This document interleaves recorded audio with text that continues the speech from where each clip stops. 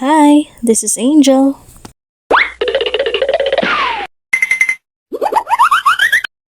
Hello mga mi! Ngayon ho ay bibili kami ng sariwang isda. Alam nyo mga mi, magluluto lang naman kami. First, ng masarap na larang. Kadalasan itong tinatawag na larang o nilarang. Alam ko na alam nyo rin na isa ito sa pinakasikat at pinakamasarap na dish dito sa Visayas. Eto na po mga mi at namimili na ho ang aking asawa. Tuna ho ang napili namin na isda. Locally known as salimbagun. 320 po per kilo at 350 naman nung nabayaran na namin yung buong isda. Pagod ang Girl Scout nyo.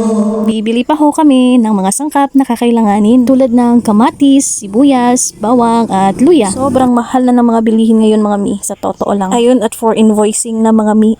Invoicing? Okay.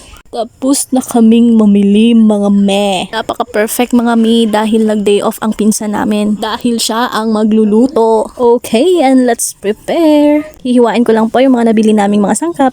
Kamatis, sibuyas at luya. Ito lang ho yung mga nahiwa ko dahil nag-excuse ako sandali. Siya po ang aming Master Chef. At ito na po yung nabili naming isda at si Master Chef na po ang bahala. Hanggang tingin lang si Inday mga me dahil hindi talaga ako marunong mag-slice o maglinis ng isda. I mean, big fish. Ito mga me at prinito muna namin yung isda. At pagkatapos ay nag-isa kami ng bawang, sibuyas at luya. At sinama na rin namin yung kamatis. Halo-halo at mekos-mekos muna natin mga me. Lagyan natin ng spring onions at mekos-mekos ulit. Sige, at mekos-mekos lang hanggang madurog ang kamatis. Dahil ito ang magpapalasa ng ating larang. Lagyan ng tubig at ilagay ang isda and let it simmer. At eto, meron na tayong larang. At dito na po nagtatapos.